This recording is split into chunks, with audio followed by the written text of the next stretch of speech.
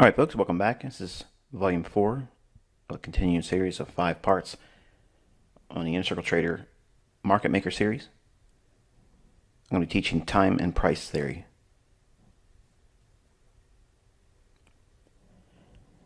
All right, keeping in sync with our present market conditions and what has transpired this week in pound dollar.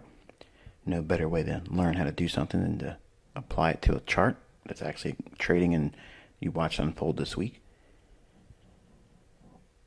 We have the hourly chart here on British pound versus US dollar, and with all the things that were mentioned covered in the previous volumes of this series, if you haven't watched obviously part 1, 2, and 3 of this series, then you should not be watching this video yet because it's kind of requirement before you get to this. But the backdrop behind it is we've had S&P divergence down here. We've cleared out daily sell stops. So we've accumulated. We have a market maker buy model underway.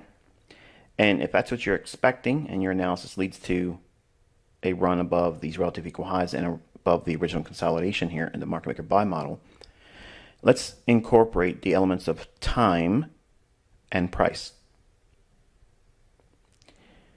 So now I have the daily dividers on, and how I did this, in case you're wondering if you're new, all I did was create a vertical line and dropped it on the 0, 0 level on the time axis down here. That's going to be midnight New York time. If you have your time, it's important that you have your chart set to New York local time. That'll make understanding what I teach easy to follow along because your charts will look like mine, and also you'll be looking at it through the lens of the algorithm. So New York midnight time is delineated each day. So we're looking at obviously today's trading in Friday, Thursday's trading, Wednesday's trading, Tuesday, and then finally Monday's trading of this week. Now when you're looking at this, go back and look at your notes, and we've outlined how this week of trading, July 26, 2021 to July 30th, 2021, was bullish for pound dollar. I made the case for it, why it was bullish. I pointed to where it was going to go, how it was going to trade there, and we have it here now in hindsight. So if you look at each individual day as 1/5 of the weekly range, each of these days have specific characteristics that are repeating in nature.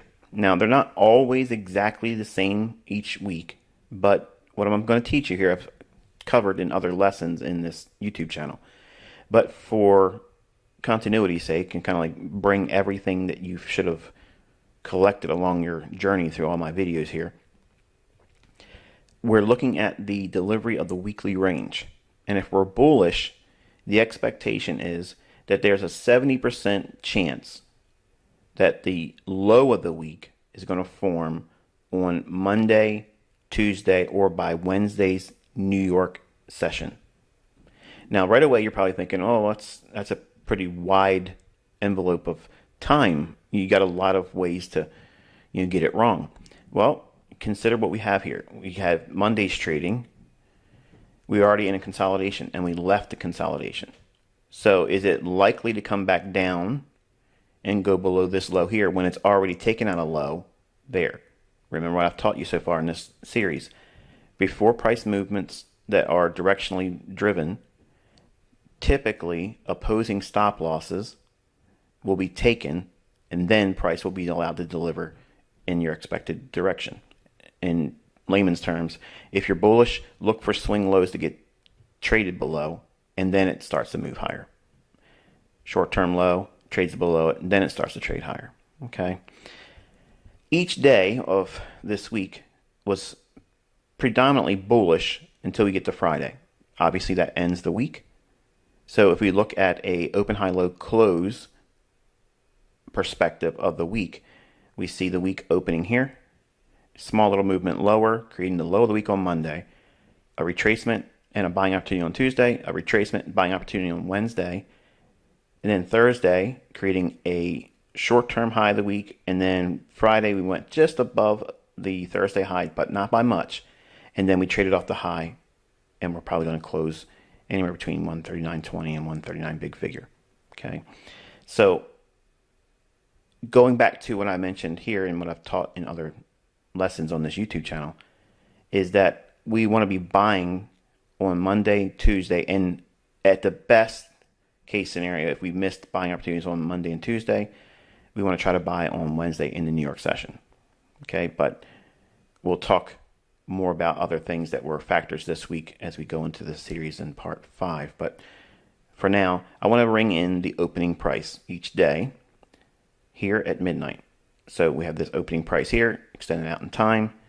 How far is this going out? It's just showing till 10 a.m. You can take it out to 11 a.m., which basically is the heart of London close. So the idea is if you're bullish, you want to be buying at or below or very close to the opening price each day. We see it trade below the opening price and it rallies up. Day here, opens and trades down all through London and then rallies higher on the day. Opening price here. We initially start to go higher, but then we trade down below it, and then we have another whipsaw below the low here on FOMC, and then trades higher. And then on Thursday, we're not incorporating the opening price on Thursday, and this is for your notes. Make sure you write this down. We're only looking for the influence of the opening price and buying below it or at it in a bullish expected week on Monday, Tuesday, and Wednesday. Thursday and Friday, they tend to create the opposite end of the weekly range. Okay, so try not to be looking to be a buyer on Thursday. Try not to be a buyer on Friday with the weekly range expectation. If you do that, you're going to miss trades, yes. But by far and large, you're going to protect yourself by avoiding being a buyer in a market move that's already been moving. Okay, obviously there's going to be days where it just continues on a Thursday and then Friday really explodes even higher. I've seen that happen in my own trading. I've missed pretty big moves on Friday. But I generally keep a small piece on, as I illustrated this week with trading the FOMC day. So I bought on this day, I bought on this day here. And I recorded and shared the FOMC trade and put it on my Telegram channel. You can see that and left a small piece on it. It got me out at 139.50 on a limit. So you can design this any way you want. You can create a model where you get in on a Tuesday after you've seen Monday prove that it's wanting to go higher, and then it trades down below some short-term low, picks up the stops, and we have optimal trade entry here. And you can be a buyer there and basically allow Monday to trade without you.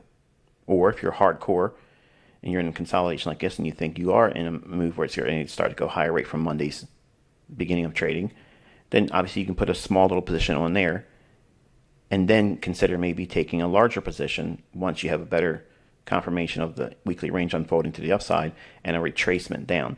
As a new student or a new trader, when you see a day like this, and most of you probably have 1 and 5 minute charts up on your chart, you see this decline like it's heart stopping, especially if you don't have any experience. You're thinking, man, there's no way I could be a buyer of that. Well, we have relative equal highs. The bottom line is it's going down to pick up the sell stops. Flood the market with sell stops, allowing smart money to buy those sell stops. And then it takes off and goes higher.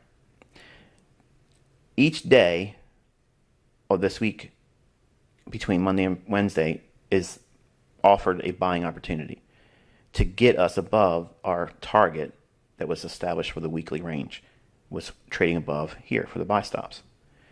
So let's strip this down and go a little bit closer. So we're zoomed in on an hourly chart. You can see here's Monday's trading, Tuesday's trading, sweeping below that short-term low there, and rallying. And we drop down here on FOMC Wednesday. It starts to come down and give us a buying opportunity here, but then on FOMC 2 o'clock in the afternoon New York time, the market whips down, knocking out traders that would have already trailed their stop loss right below that low. It gets tagged, and then it runs aggressively higher above that original consolidation, which is that red line here. So above that red line is our buy stops that we were aiming for. that I started teaching you about in the earlier parts of the series, in the earlier portion of the week. Then ultimately we trade, creating a short-term high on Thursday, slightly higher on Friday, and then profit-taking model kicks in, and you can see it returning back to that original consolidation. Study the relationship of the opening price at midnight in New York time and how buying below that opening price is ideal. This is where smart money accumulates longs. This is where smart money accumulates longs. And this is where smart money accumulates longs. They distribute their longs on Thursday and Friday if it offers higher prices. And then you expect price to come off that and trade back down into the range, which is the highest high formed intra-week to the low. And we're seeing that here. Now, if you look at it on a 15-minute time frame, I'm going to incorporate day of week and time of day. Here's that opening price at midnight.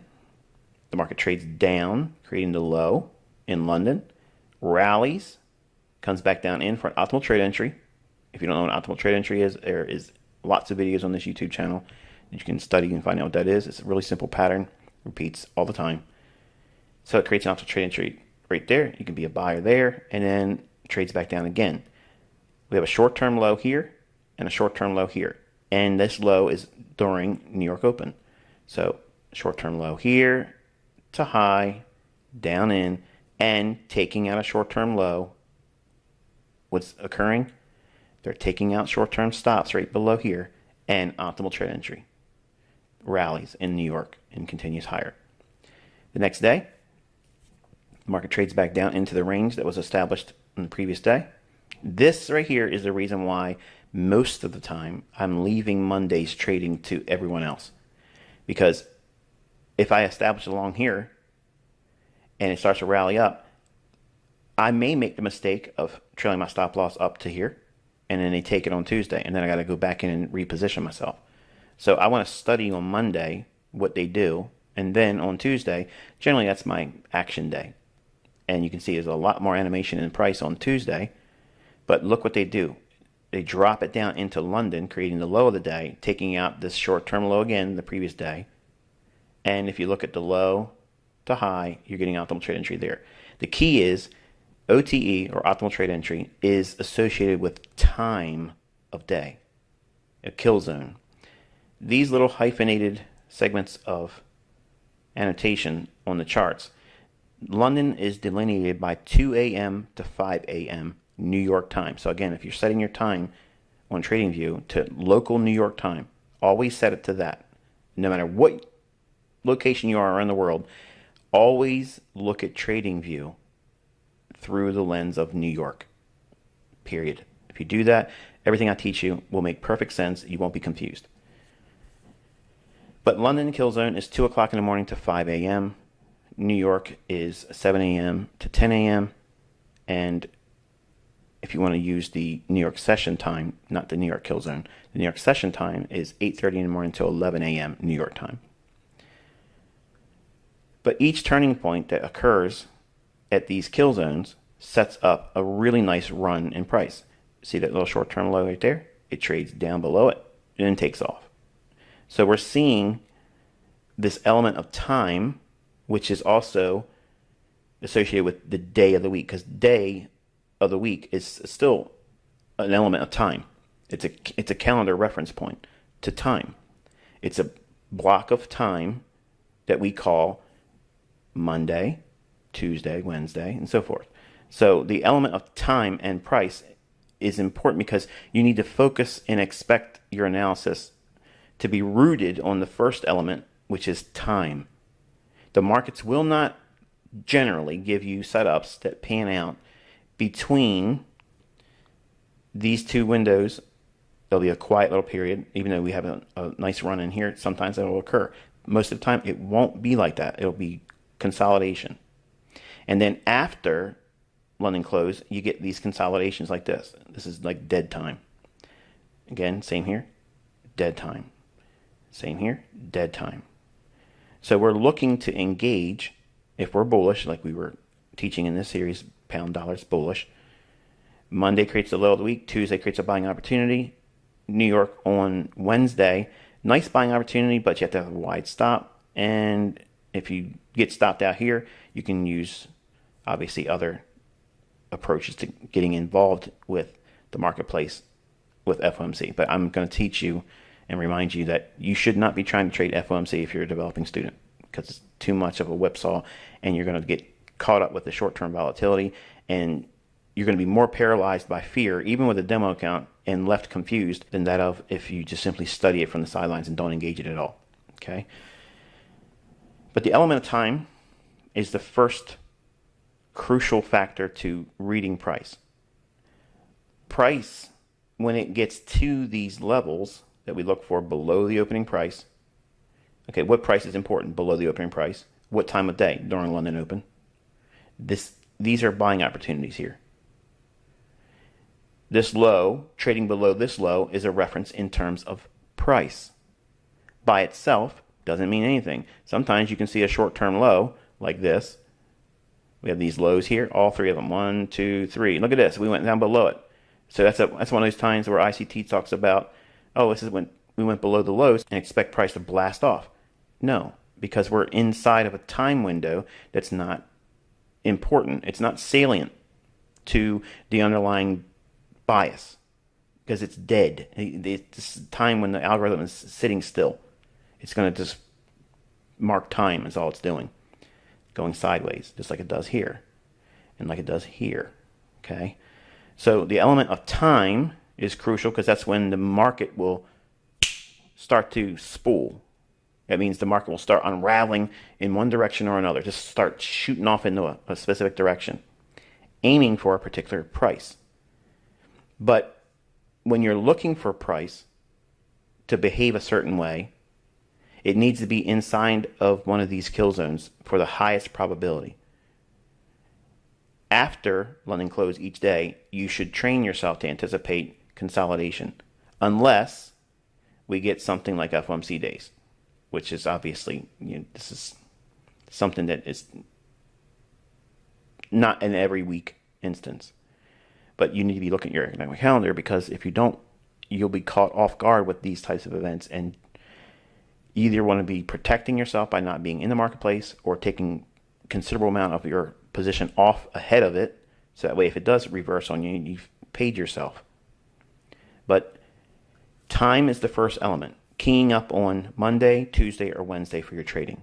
Now, if this is a bearish week, same thing, we'd be expecting a high to form on Monday, Tuesday, or Wednesday by New York session. But after Wednesday's New York session, probabilities start to fall off precipitously about catching shorts or trying to nail the high of the day when you're in bearish market environments. This week, we're going to stick with the narrative that we've outlined initially, is that this week was bullish. We've outlined why. I gave you examples on Telegram, and I showed you the fruits of it using this information. This little exclamation point is just highlighting the release of FOMC data. Okay, so this is 2 o'clock in the afternoon New York time. Expect the volatility, and even though we had the run below these lows here and it started to rally up, this is classic FOMC. This is exactly what non-farm payroll does generally too. So if this was 8:30 in the morning on a Friday on non-farm payroll, this is what you would expect to see on non-farm payroll. If you're in an underlyingly bullish market, same scenario. But I digress. So looking at this from the element of time and price, we know how to group an expectation and perception of analysis. When we look at time, we know there should be something occurring, but we have to anticipate that something,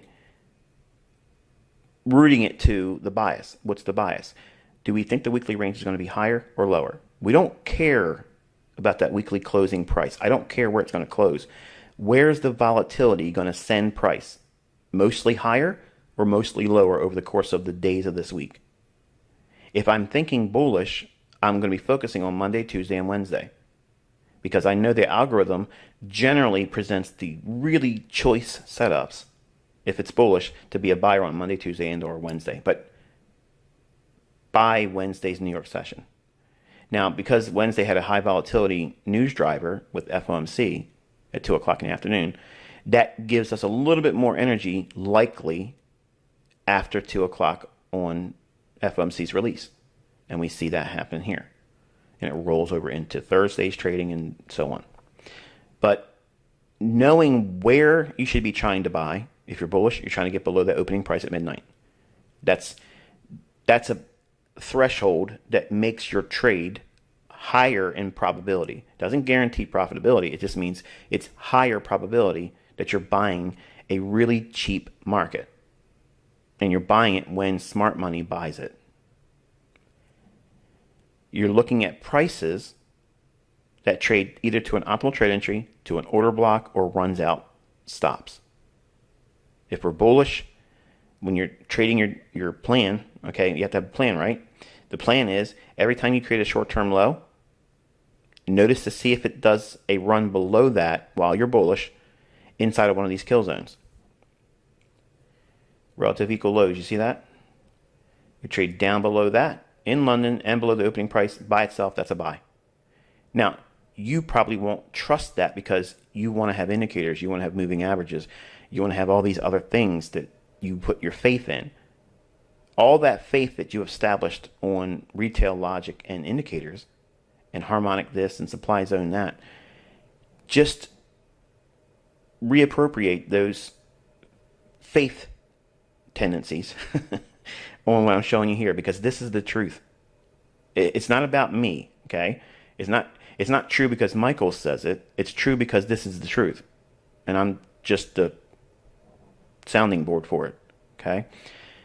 Once you understand this and you start studying it like this, you're going to see it's always been there. Always. But these 3 days and this element of time, that is crucial. And in what price? Where's the price factor in? Price is when you're taking out stops, returning to an order block, or an optimal trade entry. That's it. There's 3 little things there. Okay? 3 little things that you need to worry about. And not all 3 form at the same time. So you need not worry about, well, how do I know if it's going to do this and how do I know if it's going to do that? Well, look at, you have a low here forming, and then it trades down below it again. That might be what you're waiting for your model. You may not want to trade order blocks. You may not want to trade optimal trade entries. You just want to see a low and then wait and see if it runs below that low during London at a time when we're bullish on a Tuesday or Wednesday. And you could be a buyer there, expect price to rally up to 10 o'clock to noon, which is London close. And that's usually when it meets the opposite end of the daily range. Don't take my word for it. Go through your charts and study it. That's what the algorithm will generally try to do on Mondays, Tuesdays, and Wednesdays when the market is predominantly bullish for the week. Now, obviously, if there's an objective that we're looking for on the week and it hits it on Tuesday, okay, so we were bullish on Monday and Tuesday it rallies up. Say it went above that red line, which is that buy stop liquidity pool that I've outlined earlier in this series. And say it ran through that 20, 30 pips. That would mean we have potential for the market to go into consolidation the rest of the week or have a deep retracement. Whereas we see on Tuesday, we didn't get to the high yet and sweep those stops yet. On Wednesday, we didn't get to it until here after FOMC. But did it do it convincingly above? No, it just went really lightly above, shallow run right there. And then later on in the day, when nobody's really paying attention, it starts to rally straight on up. So you got to factor the element of price for where you think price is going to reach for. So time and price theory. You're blending these things together to come up with a narrative that you want to follow. And you want to see if price is sticking to that narrative that you've outlined, or scenario, I guess it would be a better analogy. You're creating a scenario where you think, based on these times of the day and these days of the week, and the logic that this market's likely to go higher, to where that weekly buy stop liquidity pool I've outlined in this series that we've been harping on every time we've had a video. We're watching how all these things come together to give us a narrative that is delivering in price. And nothing here is random. It's exactly how it should be. If it's bullish, when should it create a low to go higher? In one of these, if not all of them, London and New York kill zones. Just look at the chart right here. These windows of time, I taught this over 10 years ago. For free, right on Baby Pips, taught it. And they still work today. They were working before I taught it. They're going to keep working, okay?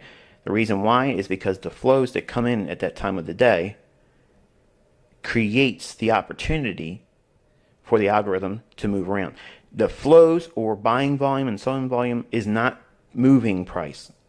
The algorithm is operating on the time window. It knows the trading volume increases then. It's not a derivative of, okay, lots of buyers are coming in, so I'm going to start seeing price go higher because of that. No, that's not what it is. And I don't care who told you otherwise. It's not what's going on. These markets are absolutely manipulated, controlled, period. The state of a country's economy and the solvency of a central bank is not going to be put in the hands, okay, of Reddit. I mean, if everybody around the world said, hey, look, here's what we're going to do. We're all going to buy the British pound. And we're going to keep buying it no matter what. You really think that's going to be the catalyst for the British pound to go up and keep on going up no matter what? No way. But if you read social media today, that's what they want you to believe. That stocks are going to go to the moon because a handful of people on Reddit are buying it. That's not what these markets are doing, okay? These are the commodity. These are the products of a central bank. Their business is to control everything. Everything. And we as traders will never, absolutely never, ever, ever push price higher or lower because of buying and selling pressure. It's not going to happen. If they don't want it to go higher, it doesn't matter how many people buy it. It isn't going higher. That's it. So on the latter part of the week, you can see here on Wednesday's FOMC, we rolled it into Thursday's trading. Nice little optimal trade entry here on London, sticking to the theme, and we ran up 80 pips above the 139 big figure. The 139.10 level is where that buy-side liquidity pool was basically linked to on the weekly chart. So we went 70 pips above that. That's a pretty good run. And here it is. We're on Thursday in the New York session, and then finally London close. Creates the high of the day, starts to drift lower, and then finally one more pump up in on London on Friday, running just a little bit above Thursday's high, and then we have a breakdown, and we'll look at that on a 5-minute chart. But we'll look at that when we get into the last part of the series. But each day has signatures that it follows, responds to in terms of time and price. It's not something that is random. It's fitting specific logic that has been taught in this YouTube channel. I can't take over 100 some different videos and compress it into one video and say, this is all the moving parts all at one time, but everything I'm showing you here has been amplified in other teachings, introduced obviously in teachings, and also shown by example. And now here it is again being shown to you where it's still working.